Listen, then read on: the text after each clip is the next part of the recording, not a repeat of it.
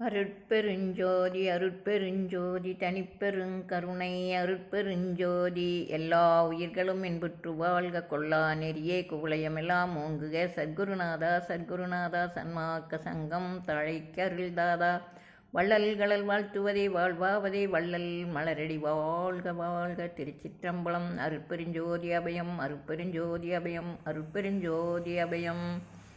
இன்று இந்த பதிவினை பார்த்து கொண்டிருக்கும் உலகெங்கிலும் உள்ள அனைத்து ஆன்மநேய ஒருமைப்பாட்டு உரிமை அன்பர்கள் அனைவருக்கும் அடியேனின் மனம் கனிந்த வணக்கங்கள், நன்றிகள், வாழ்த்துக்கள்.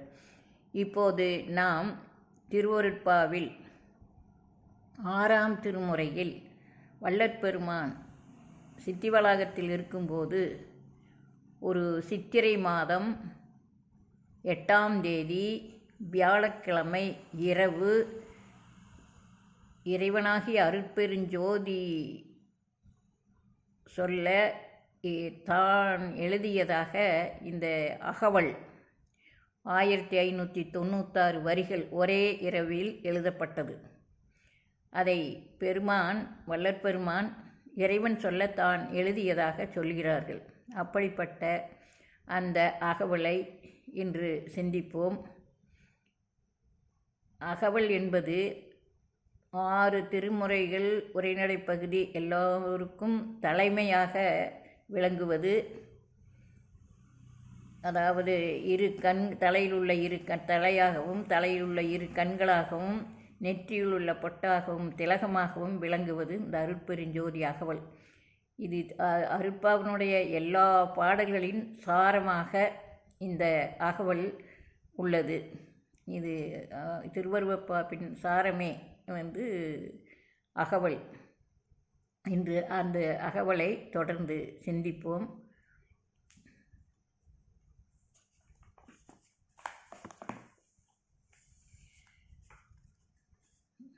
அருட்பெருஞ்சோதி அருட்பெருஞ்சோதி தனிப்பெருங்கருணை அருட்பெருஞ்சோதி. அருட்பெருஞ்சோதி அகவல்.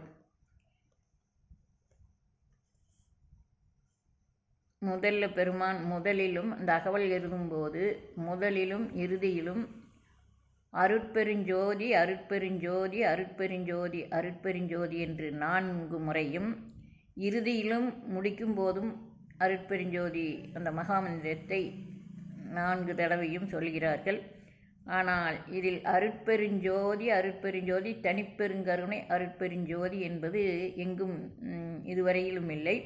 அதன் பிறகு இறுதியாக வள்ளற்பெருமான் சித்தி அடைவதற்கு முன்பு பேருபதேசம் செய்தபோதுதான் அந்த அருட்பெருஞ்சோதி அருட்பெருஞ்சோதி தனிப்பெருங்கருணை அருட்பெருஞ்சோதி என்ற மகாமந்திரம் தன்னுள்ளிருந்து எழுந்ததாக இறைவன் அருளால் தனக்கு சொல்லப்பட்டதாக பெருமான் சொல்லியிருக்கிறார்கள். இதில் எல்லாமே அருட்பெருஞ்சோதி தான் 4 தடவை சொல்லியிருக்குது. இது முதல் ஆரம்பித்ததே 4 தடவை அருட்பெருஞ்சோதி அருட்பெருஞ்சோதி அருட்பெருஞ்சோதி அருட்பெருஞ்சோதி. இதற்கு பொருளும் காண்போம்.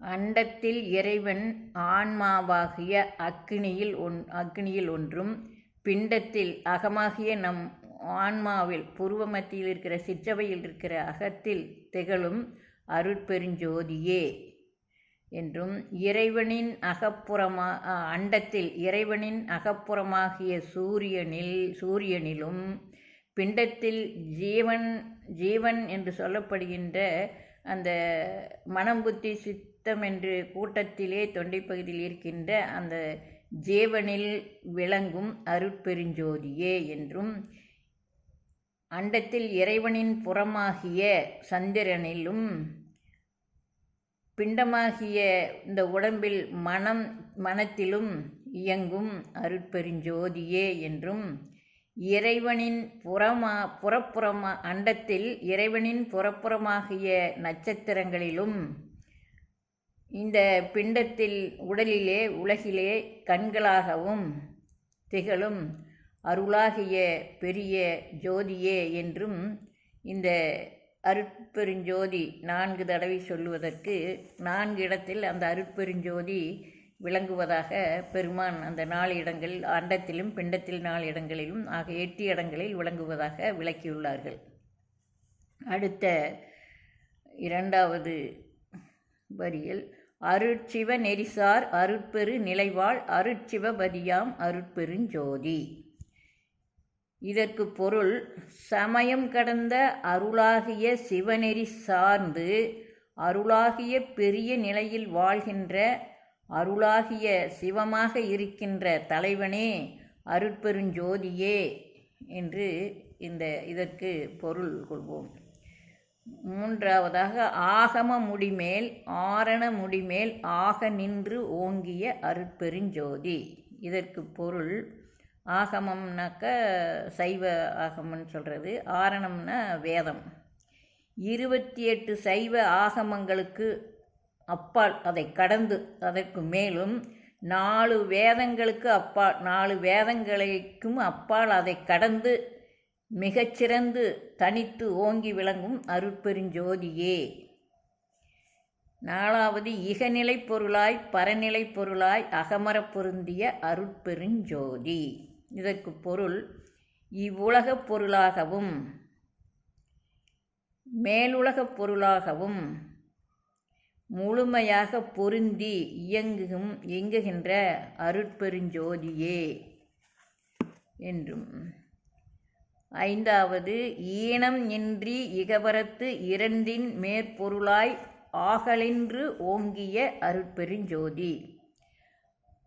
அதாவது, அவ்வாறு பொருள்களுடன் கலந்தாலும் தான் கெடாமல் குறைவின்றி இரு நிலைகளுக்கும், இகம் என்று சொல்லிக்கொடு இகத்திலும், பரம் என்று சொல்கின்ற மேல் உலகத்திலும், இரு நிலைகளுக்கும் மேற்பட்ட தனிப்பொருளாக விளங்கும் அருட்பெருஞ்சோதியே என்று பெருமான் ஒவ்வொன்றுக்கு சொல்கிறார்கள். அடுத்தது 6, உரைமனம் கடந்த ஒரு பெரு வெளிமேல் அரைசு செய்து ஓங்கும் அருட்பெருஞ்சோதி. அதாவது, பேச்சு மனம் என்கின்ற மனித செயல்பாடுகளுக்கு அப்பால், மௌனமாக எந்த பேச்சும் இல்லாத மனம் அடங்கிய நிலையில் மனித செயல்பாடுகளுக்கு அப்பால் உள்ள மௌன பெருவழியில் ஞான பூரண ஆகாயத்தில் இருந்து அருளரசு இயற்றும் அருட்பெருஞ்சோதியே. அடுத்தது, ஊக்கமும் உணர்ச்சியும் ஒளிதரும் ஆக்கமும் அருளிய அருட்பெருஞ்சோதி.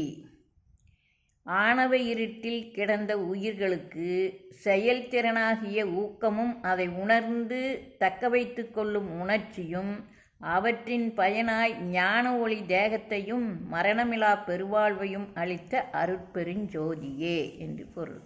அடுத்ததாக, எல்லையில் பிறப்பெனும் இருங்கடல் கடத்தி என் அல்லலை நீக்கிய அருட்பெருஞ்சோதி. எண்ணிக்கையில்லாத பிறவிகள் என்ற இருண்ட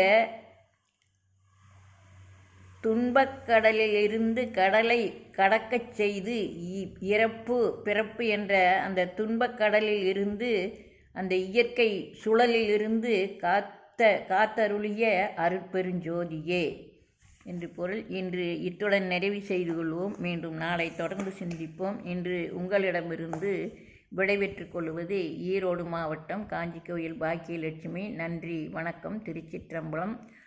அருட்பெருஞ்சோதி அபயம், அருட்பெருஞ்சோதி அபயம், அருட்பெருஞ்சோதி அபயம். நன்றி, வணக்கம். திருச்சிற்றம்பலம்.